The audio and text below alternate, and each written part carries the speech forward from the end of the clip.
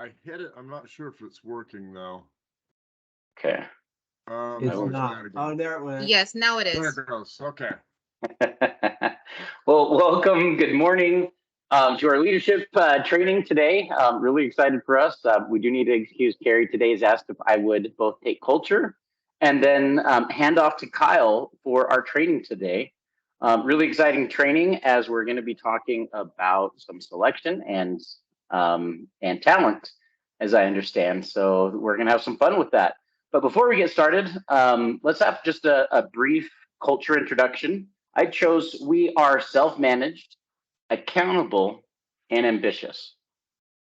Now, before I even read these, I want you guys to hear from me that why I love our culture items so much is because these are like North Stars, right? It's guiding things to do. It doesn't mean we are these things all the time. It means these are things that we are striving for, working for, doing, and trying to implement with our teams. We're human beings. We're gonna make mistakes, and we're gonna have opportunity for learn. That's what this is about, and that's what this training is about. Is us learning. So let's read this and think on that today as we are discussing talent today. But here's what it says: we strive to achieve the common goal and do what is necessary to make it happen. We empower our people. We don't wait to be told. We see, we evaluate, we do. We are highly proactive and accountable. Now we'll talk about the X factor in just a second, but who enjoys working with those who they don't have to be told every step of the way, but what it is they're seeing the problems, they're evaluating, they're consulting, and then they're taking action for those things. Those are the people that are just a joy to work with, because it's like I don't have to direct you and make sure that you're doing something all the time. It is an individual that you can say, hey, this is your scope of influence. And I've always been a big fan is, tell people what needs to be accomplished, and then let them surprise you with their results and how they get there. Now, that's not always true, because you do, if you need to train, you've got to give people, good training and guidelines on how to get there. But let's talk about what the X factor is. We want to have the X factor. The X factor leaders operate in an X factor teams and X factor culture. So leaders, this is where it starts, teams, and culture. Okay, so what is X factor? Anyone remember what this is? It's okay if it's these are things to be thinking about. Personal humility, okay, plus indomitable will with ambition for the cause, the purpose, and the work. In short, it's the greater cause and goals versus what am I getting out of this? Okay, that was our culture piece. Is there any additional comments to that? I just encourage us to think about that piece as Kyle kicks us off into everything else. Any comments or any thoughts you guys want to add? I just put a comment in there, just coming to us with solutions, not problems, right? We're always going to have problems, but it's the same thing I do with my kids all the time is, look, you have issues. Come to me with a solution. What is your solution? Whether it's the right solution or the wrong solution, I love the fact that you came with the solution because it shows that you considered it. That is a great extra comment to that. Very good. Well, Kyle, without further ado, I tried to take as much off the clock for you as I could. So you had, I'm just teasing with you. We're really excited to be diving in with you. Okay. Well, thanks, guys. And I've got a presentation. I hope this turns out to be a really good discussion today. If we've done our work, then it should. If we've not done our work, it's going to be a shorter presentation. So I hope that we get some good participation in this, and let's get to it. I'm going to go ahead and share my screen here. See if this. Do we all see this, by the way? Yes. I'm just going to set it up as a slideshow here. Is it on full screen? I can't tell on my end. No, it's not in full screen.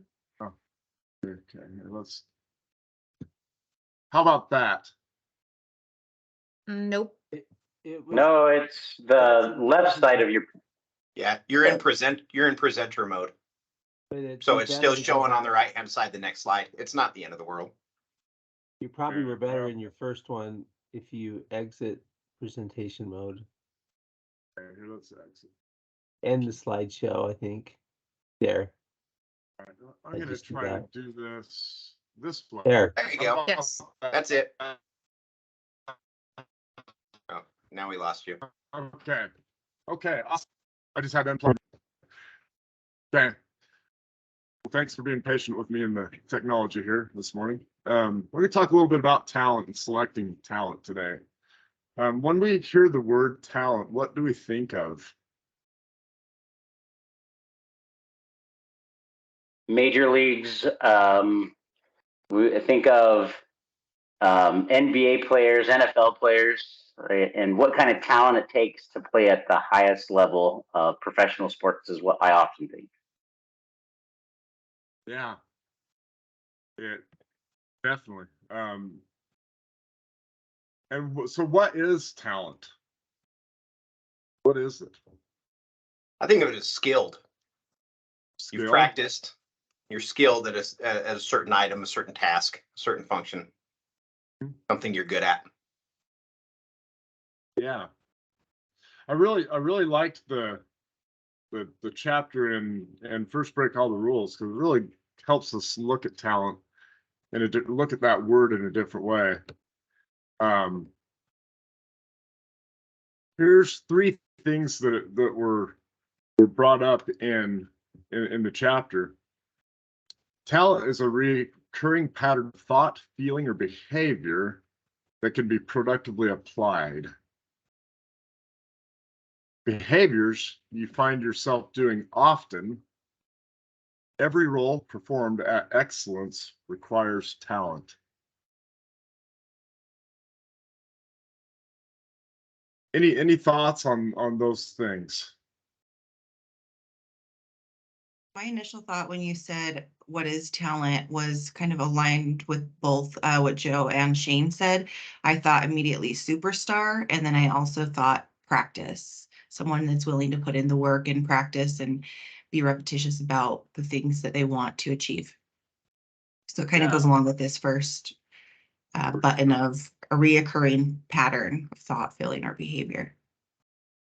I think it's also the want to practice. People that are talented in things have a tendency to gravitate towards their talents. And so their behaviors naturally kind of follow those things Because they enjoy doing it. because they enjoy doing it. Now we have kind of intrinsic motivation tied into this, right? Can I add something, Kyle? Go for it. I really like the third bullet where it says every role performed to excellence requires talent. I've thought about that a lot, especially with this training. Everyone can be a manager, but there's only so many good managers or good leaders out there. They have to have that talent or that training to perform at excellence. And that makes such a big difference with having those team members and those managers. Absolutely. They have to have the talent. I think training enhances talent, it enhances skills. But they have to have the talent. The talent has to be there. I'm gonna move on here. These are three other aspects of talent. We kind of covered a little bit of one. The striving aspect of talent explains the why of the person, the motivation, the intrinsic pieces of why people do what they do.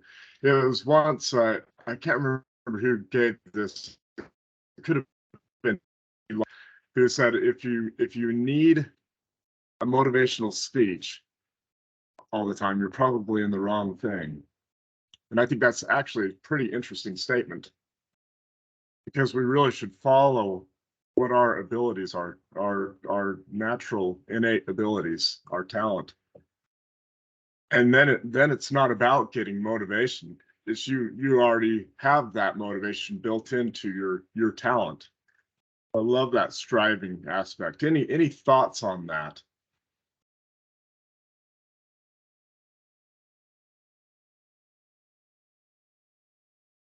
We'll move on to the second, thinking talent. Explains the how of the person. This is their thought process, the way they reason, the way they arrive at conclusions, etc. People think through things and process things differently. And that's I'll talk about an example a little later on what this kind of ties into. And relating talent, this is the who, the types of people kind of gravitate to, they trust. All these things are built into our talents.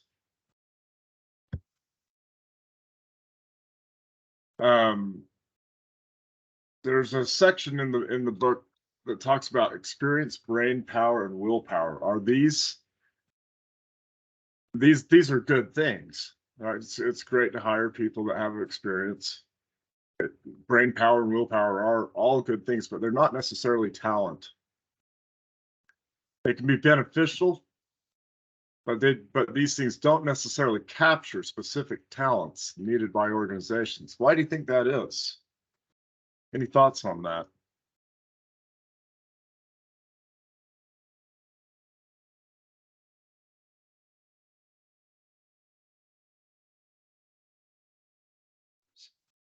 Quiet group today.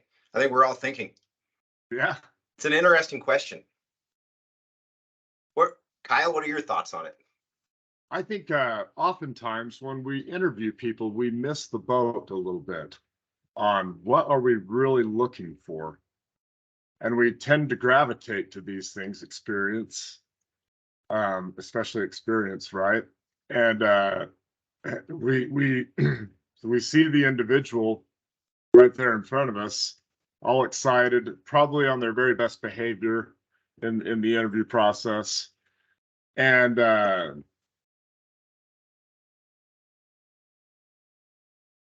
I think also we much thought to the talents that we actually to fill a position. We look at a person that has industry experience or something, and if they present themselves well, we may go with that person. Now, what happens in the interview process, if we look at bullet point number 2, experience, brain power, willpower, so we'll get a range of performance. How many times have we seen a range of performance at our workplaces? I think we commonly see this. We interview well, we feel like we've screened pretty well, and then we just kind of get lucky sometimes. I'm going to call it luck. And other times we wonder, well, what happened, man? That person interviewed so well, and then and it didn't turn out as we expected. We get these ranges of performance. And I think a place where we miss it a lot of times is we're not tapping into the little special things that we actually need, nor have we taken an inventory of those needs prior to the interview process. On page 79, for those that have the physical book, I don't know, maybe you guys have gotten this audio or whatever, but on page 79, there's the NASA example that they had these 6 people that went through. They selected them on experience. They all received the same treatment, the same training, and yet they had a wide range of performance. And so even though they were pretty similar, they possessed different talents. They didn't perform the same because of that. So what that means, that these people, although they're in the same circumstance, they reacted differently and they behaved very differently because they had different ways of responding to their environment and responding. And that is where talent makes the difference. Each of these people filtered the world differently. You can think of talent gives us different views of the world, we approach the world differently because of our talents. And that's something that we need to look into when we're filling positions. And I'll get into that in a little bit.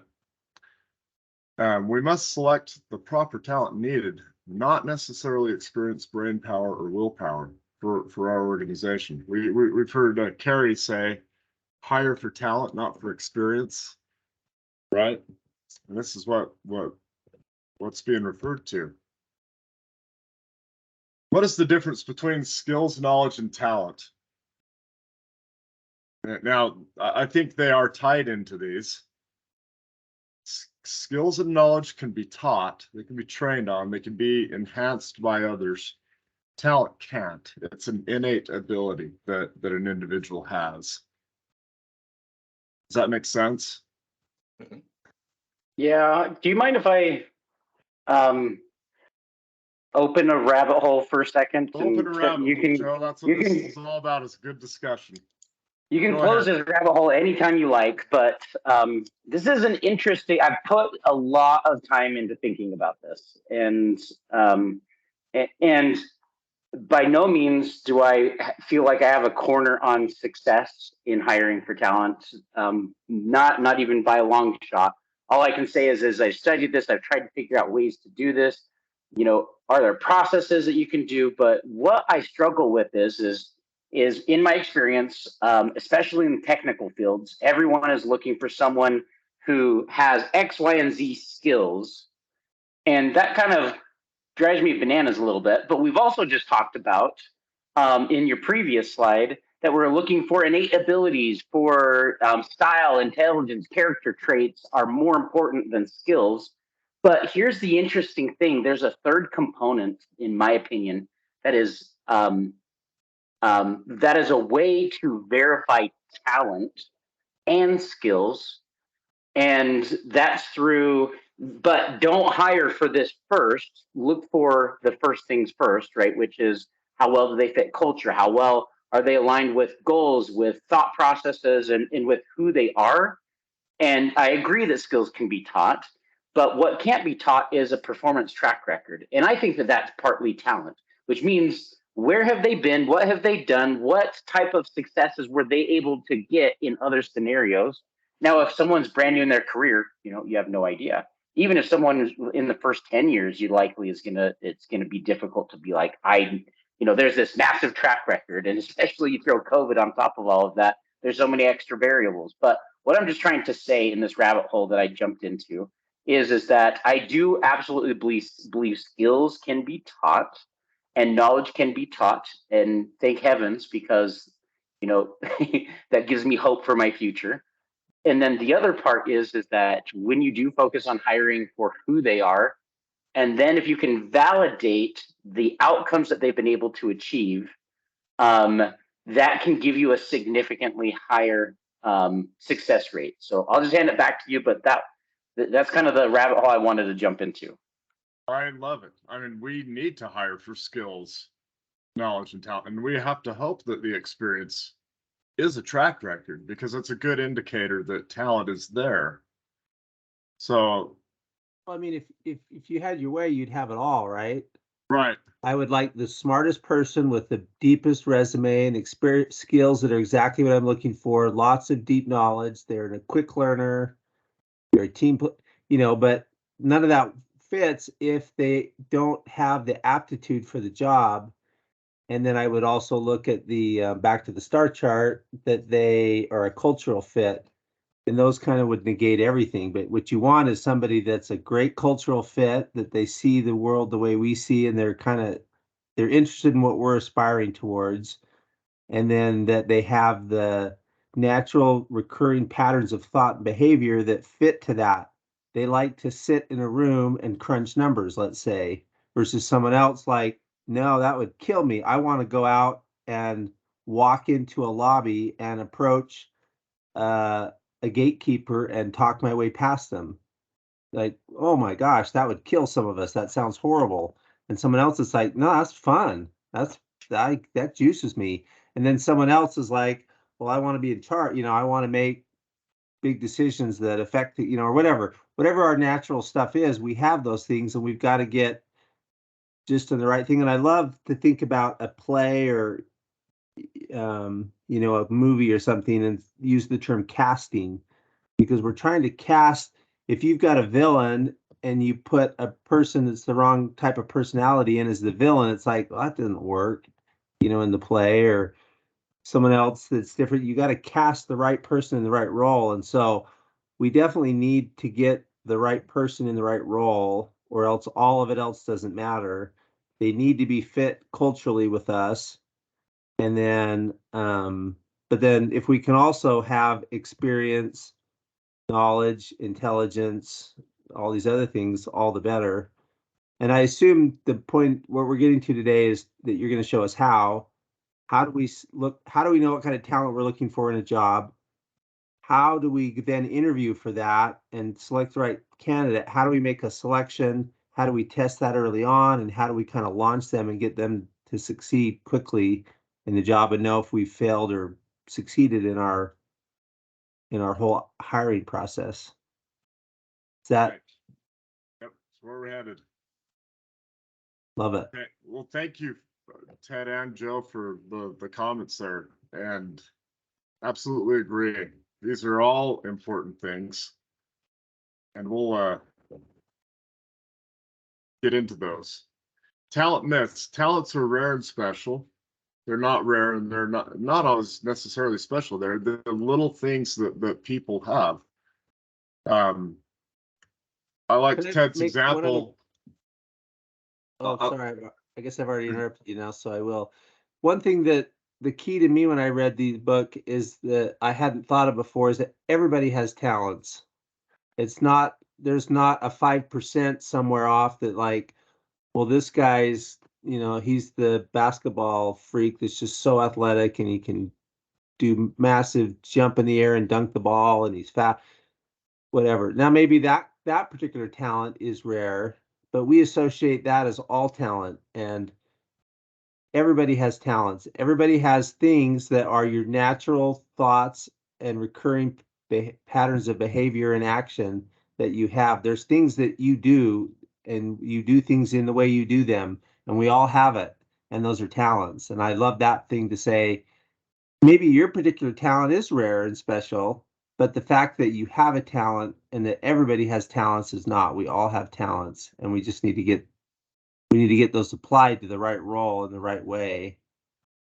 So that was my big takeaway, is that everybody has talents, and it's about casting. It's about applying, getting those in the right role. Right. We don't need to overthink it too. It's the little things, like I like to go into lobbies and talk to people and try to make a sale.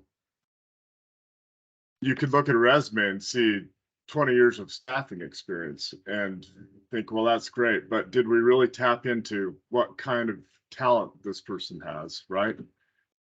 And they're the simple, innate things that people have, and I think we need to just give some more thought around those things and what kind of talents are needed in our organization, right?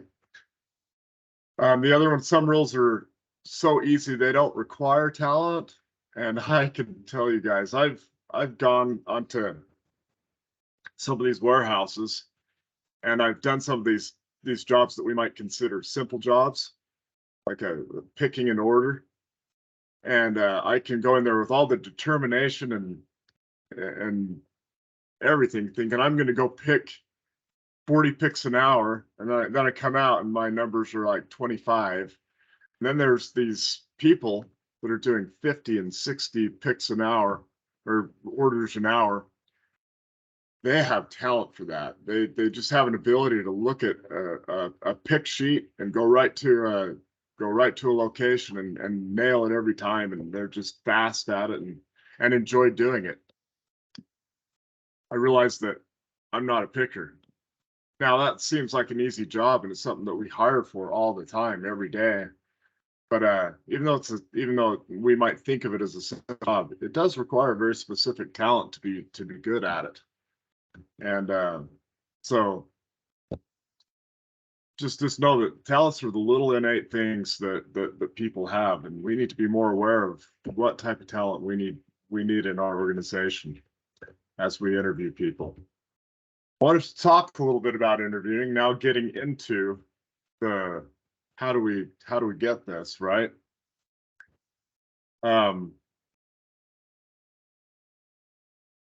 Let's have some of us read the bullet points, and let's start with Ashley.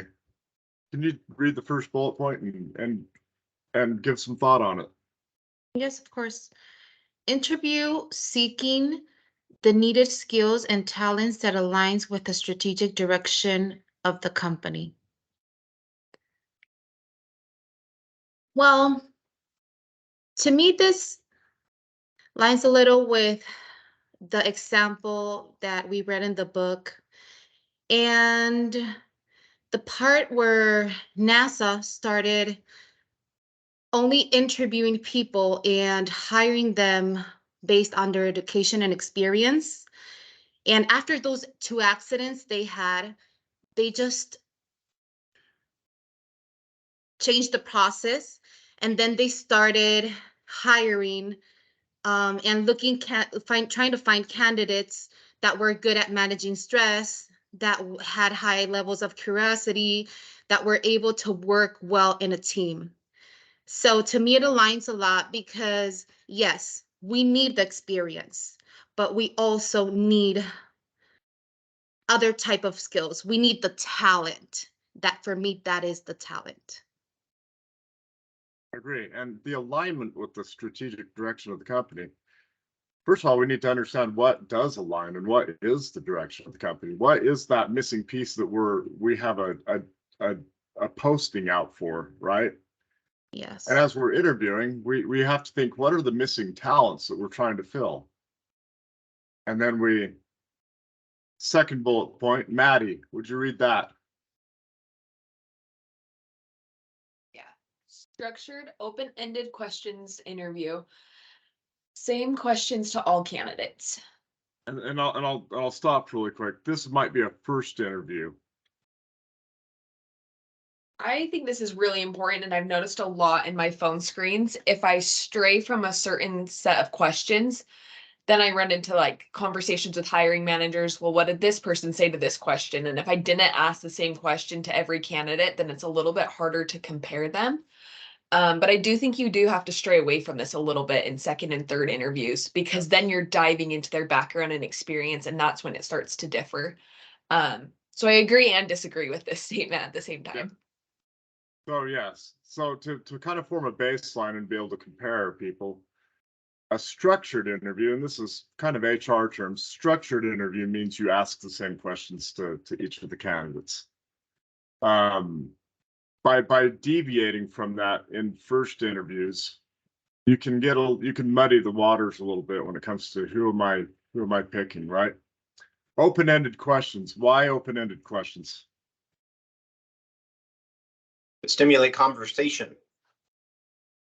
Absolutely. No yes and no type of stuff, right? We want to really tap into who these people are, right? We might get to this later, Kyle. I'm not sure if you have another slide on it, but I remember there being a section in chapter 7 talking about don't have leading questions. So don't tell them, oh, it's so important that you have outside sales experience and you like to be out of the office and not on the phone all day. And then be like, and then ask them a question regarding that. Of course, they're going to say they love outside sales and not sitting on the phone all day. So you just have to be careful to ask those open-ended questions, but make sure you're not leading them to the answer that you want. Absolutely. You don't want to give them the answer to Right. the questions, right? Patterned. This is a patterned interview. It could also be called a talent or a skills interview, right? are questions based on specific talents or skill sets. And, and on page 239 through 245 in the book, ask questions and let the candidate talk. And then we have to listen very carefully for the specific talents and things that they present. We're listening for these talents. And of course, we don't want to give them the answer. We want to see what they naturally gravitate to in their responses. The third type of interview, which is probably one of my favorite, are behavioral or situational interviews. Joe, tell us a little bit about behavioral interviews. Do you want the 5 minutes, 1 minute? I have learned a lot from Joe on this. Well, most of what if you guys are ever interested in this, probably the best subject material that you can find is through a book called Who, the A Method of Hiring. Really, there's 5 questions that if you go through these 5 questions with a candidate on their past, background, this will really give you some insight. Kyle and I, we did this earlier this week on an individual we're looking at for Georgia. It was an in-depth interview, but wow, we really felt like after that, we understood them. And here are the 5 questions. Sorry, search team, you guys have heard this from me probably more than anyone on the planet. But question number 1 is, what were you hired to do there? So the idea of these questions is to stop asking questions that will get people in the mindset of, tell me your greatest strength or weakness, because people create answers or practice answers. What we're trying to do is get someone in the mindset or framework of where they used to be. So it's a more organic and candid answer. And so we're going to talk to them about a time and a place. What were you hired to do there? Now, one of the reasons for that question is we're looking for push versus pull. Are they, are they working in, where did they start? What they told you they were hired to do, is it different than what they are currently doing? You can start to see some interesting push versus pull thing. Now, but we're also getting them transactionally in a time and place. What is the thing that you accomplished there is the second question. What is the thing that you accomplished there that you're most proud of doing? And we're looking for performance related things. How do they view and see success? The next question, what is in that time, in that place, right? You're not going to say it that way, but while there, what's the biggest challenge that you had and how did you overcome it? Now, this is basically saying, what is your greatest strength? What is your greatest weakness? But giving it in a context of time and place so you see how they think and how they operate. Okay, here's so those are the 3 main things. The next 2 are very interesting, and I'm going to ask you to watch body language through this because it also is a telltale. Someone leans forward, they're engaged. If they lean back, cross their arms, they're starting to close off. Watch some body language. These are some interesting things, but bottom line is the next question is who did you report to? And write the name of that manager down in front of them and then repeat it back to it. So that was Kyle Bagley. Is that just Bagley? Oh no, it was Baggaley. I don't even know if I spelled your last name right. I think I did, but all right. So Kyle Bagley, great. And then you're going to watch them as you're doing that because it's either going to inspire a worry or it's going to inspire a like some kind of interesting response by saying, oh, Kyle Bagley was your direct report. What do you think Kyle gives you on a scale of 1 to 10 in overall performance? Do you guys have coaching sessions often? Did you guys, some derivatives of that? What were common things that came up in part of your performance reviews? Did you have performance reviews? What some things to dig around your and Kyle's, experience together? And then more importantly, is Kyle willing to be a reference for you? Well, I'm currently there, so please don't call Kyle right now because I'm considering leaving. Okay, that's fair. I won't call Kyle, but I am really curious. Had you not been, this would be your last one, do you think that Kyle would be willing to be a reference? Why that's important is because you can start to understand how they actually view their manager because you put them in a time and a place, and it's really hard to embellish the truth, not impossible, but harder to embellish the truth when you're in a time and place and thinking about what happened in that time and place. The last best question is, why are you leaving? Why did you leave? And we're looking again, push versus pull. If someone has left their last 5 managers, and you do this for 2, 3, 4, maybe even 5 experiences, ideally 2 or 3 is in my experience, 2 to 3 is probably enough. Otherwise, the interview is this mile-long thing.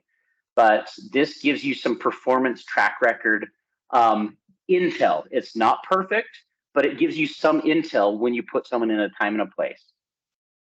Right. I really love the time and the place thing. That's where I most learned from Joe on this is instead of tell me about a time when, you actually go to that time and place and cause them to think about actual experience. And that's powerful. So thank you for that insight, Joe. Kyle, on Tuesday when we did this interview, what you remember what we did a very in-depth, intense interview, probably more in-depth and intense than this guy's ever been through. And his comment afterwards is I just really felt so comfortable the way you were asking me questions, because it wasn't like I didn't have to ask interview questions like, what's your greatest weakness? And that puts people on edge and like, oh, it's like, am I saying the right thing? And instead it puts them so much at ease because you're asking them about what happened instead of asking them, you know, a different subjective question. And so, in my opinion, a little bit more fun. I have a little note here. You know, contrary to popular belief, information gathered from the job interview is not a great predictor of future performance. I'm a believer that this is something that can turn around once we really nail interviewing. I think overall, most companies do not do very well with their interview process, and therefore this is the data is just all over the place. It's that wide range of performance that's gathered. So, but I do believe that this can improve. I don't think we have a crystal ball in interviewing, but it certainly can be improved. And seeking talent and specific behaviors are ways to improving it. And human beings are fickle and tricky, and life changes, deaths happen. Like just because someone was successful somewhere else at one point to a high degree gives you no guarantee that they will do that same thing. What were all the factors included? There's a lot of things. It could have been market, it could have been team, it could have been a lot of things. So just make sure that you are focusing on their cultural fit, higher level than just performance, but performance track record. Just like Kyle said, it's no guarantee of it, but it is absolutely an indicator.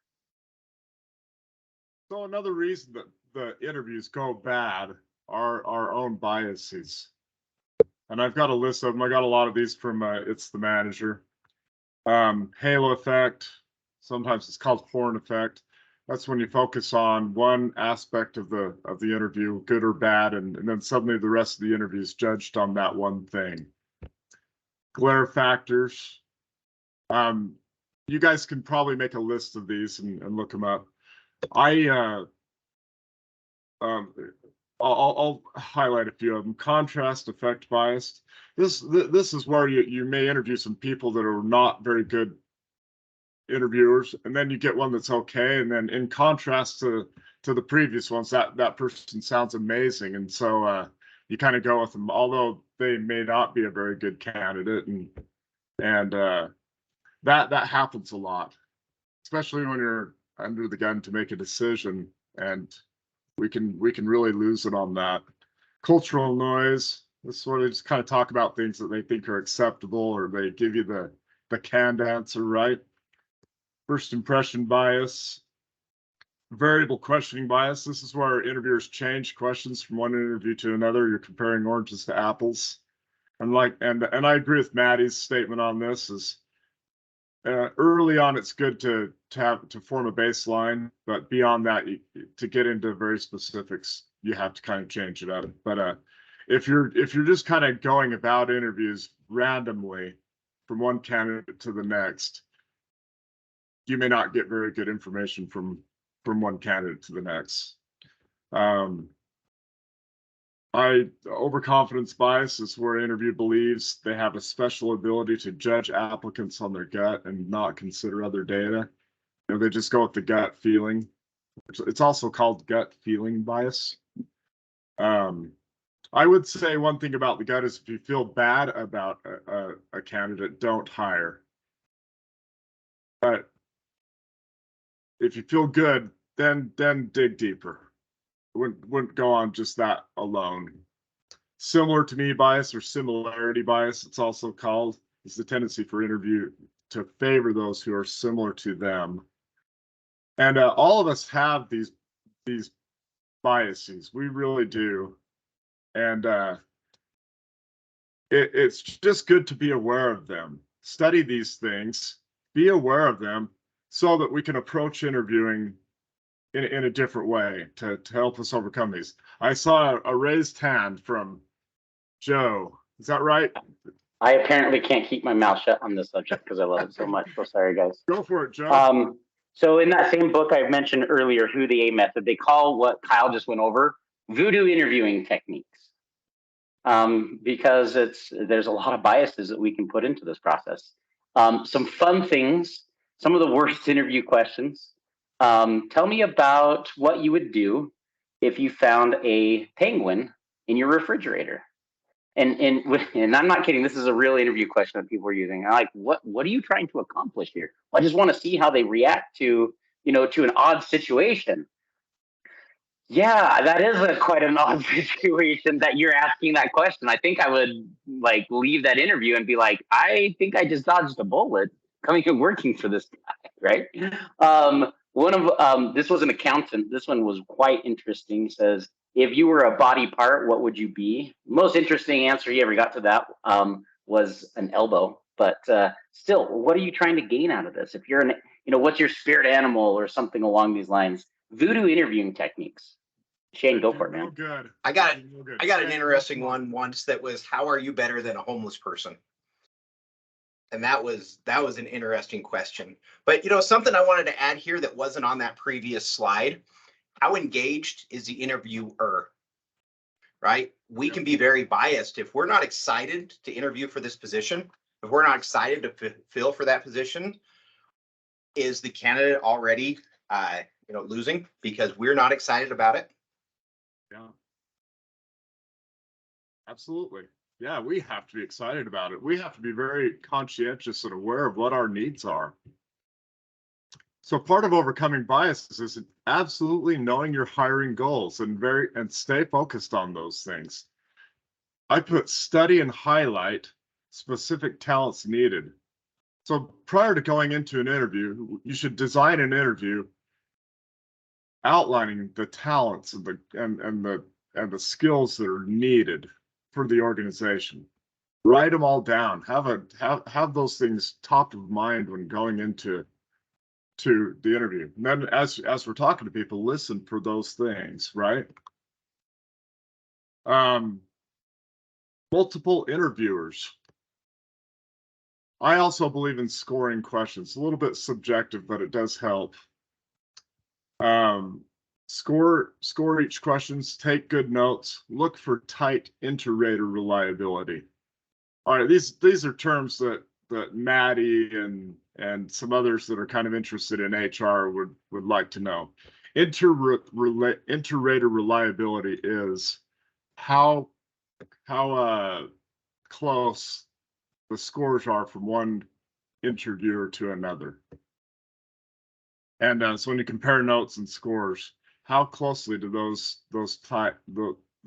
ratings come? And if there's big differences, like if you have a 1 to 5 scale on each question and someone rated a 5 and another rated a 2, you might want to talk about that between post interview and try to reconcile why you scored differently on something. You'll find that different raters rate different things differently. And so it's nice to have those post-interview discussions, compare notes and compare scoring on these. This is especially effective where you have the same questions on each candidate and you can compare on scored interviews.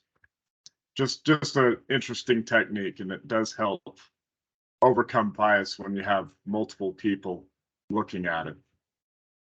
Outside of interviewing, skills testing must be valid and reliable and relevant to the job. You don't ever want to test for oranges when you're looking for apples. You're just testing the wrong things. So to design a test, that a lot of thought needs to go into that to make sure that it's relevant to the job. Reference checks. Check with past leadership. Joe kind of mentioned a little bit about this, not just a list of references provided by the candidate. Ask about specific talents. Reference checks are another interview. They're not just, well, what do you think? Were they good? And then you get a little basic information, and they always speak highly of the people, especially if they provided the reference check. It's good to check with past leadership and people that evaluated those employees, and again, listen for skills. That's very important. These are some ways to overcome bias and to make the interview process quite a bit better. Once again, we're not at crystal ball level, but much better. John Wooden said this: no matter how you total success in coaching profession, it all comes down to a single factor: talent. There may be 100 great coaches of whom you'll have never heard in basketball, football, or any other sport, who will probably never receive the acclaim they deserve simply because they have not been blessed with talent. Although not every coach can win consistently with talent, no coach can win without it. So it's just very important we tap into talent. We get the right talents into our organization, and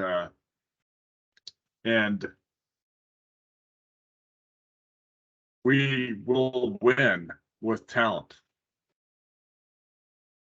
How are we looking on time, guys? We've got a little bit more. I've snuck a few extra things in here. So now that we know what we want, do they want us is the question. So now we've only solved half the battle, right? Employer branding is, and I have just one slide on this. Basically what employer branding is it's positioning the company to become the employer, to become an employer of choice. This is where we get out there in the public, the idea that we are an amazing culture. We have unique benefits. Our employee experience is amazing. Our employer value proposition is amazing for people, and the top talent would, in learning this, would want to come and work for us. It's a marketing effort that companies that really seek top talent do, and do well. I hope that this is something that we tap into for SMART. I think we've got a great thing going in our culture internally, and we want to be able to attract and retain top talent into our company. And that's largely done by solid employer branding. Get a little bit into onboarding. So onboarding is it's the acclimatization of a new employee into the organization. One way to make this a little bit better is in my second bullet point here. It begins before the hiring decision. A lot of times we think we have to hire them and then onboard them, but it's actually, we're onboarding people even prior to hire. If we provide a realistic job preview, preparing that individual for their potential future position. This is where, if we have real solid employer value proposition, and they can see the culture, they can see who we are prior to a decision, then it may help attract that top talent. Shane, you had your hand up. So Go for it. if you've seen this is something kind of cool that you see a lot of companies are now doing now. It's not just that we're excited during the interview and we give the job offer. It's how excited we are when we onboard them. And you see a lot of companies now giving a welcome gift, right? A welcome packet or something that they send to them that is simple stuff, right? A t-shirt, a tumbler, a mouse pad, you know, something just to say, hey, we are so excited that you're here. We're so excited that you're coming to the team. And here's a little gift just to show our appreciation. And we just look forward to working with you. If you look on LinkedIn and you look at people that are accepting new jobs or, you know, took these new jobs, and a lot of this happens with tech companies, their first post is how excited they are holding up all their swag, right? And it's those little things like that that actually make a really big difference. I do. I think there's opportunity here, guys. I just believe that there's more we can do to onboard even before hiring decision. Joe, you had a comment. There's oftentimes a lot of people who don't show for first days, or get a counter offer, or get another offer, and it's what happens in the pre-onboarding that oftentimes makes the biggest difference. Not always, but there's a lot of risk. You just spent, I don't know, 4, 5, 6, interviews and second interviews and screenings to get to this point and an offer and an accepted, and then you just hope that they show up. No, on board before they start. Help these people be excited about it by how you interact with them from accepted offer to start date. Absolutely. And onboarding continues on through the following months after hire.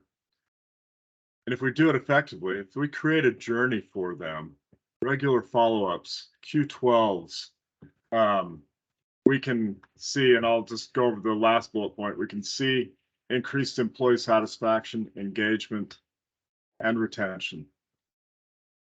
And we work so hard to get that top talent.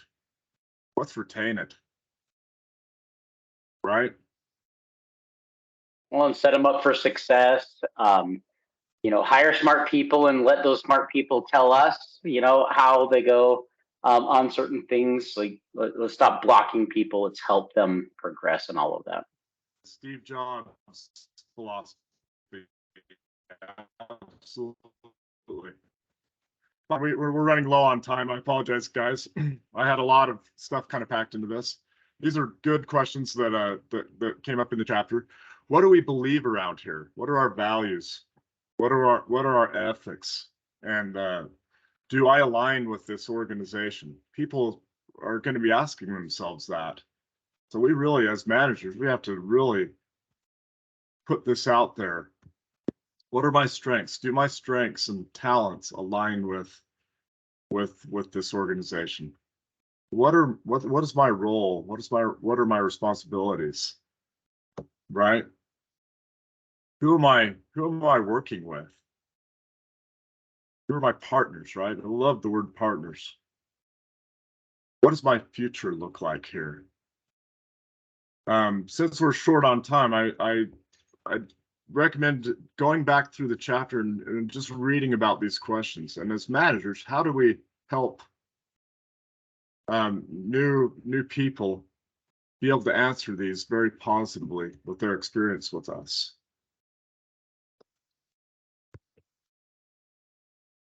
I'm going to skip the orientation section because we're low on time. This is just a part of onboarding.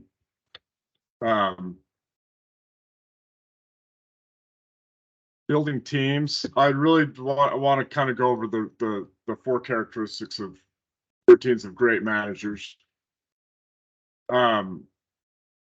Great managers do these things. Their routine is simple. They don't like to complicate it. And the routine forces frequent interaction between manager and employee. So we don't visit once a year. There's a lot of contact. And to discuss performance. Good managers talk about the future more than the past.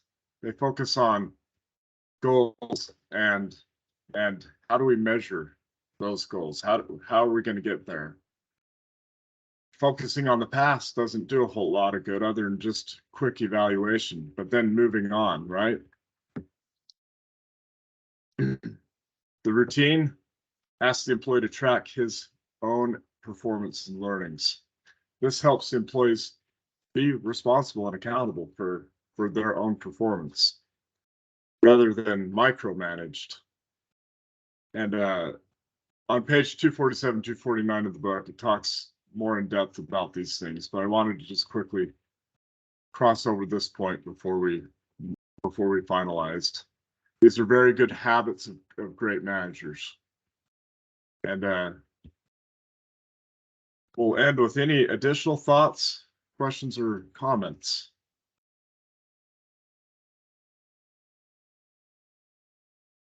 If none, we'll conclude. And I appreciate the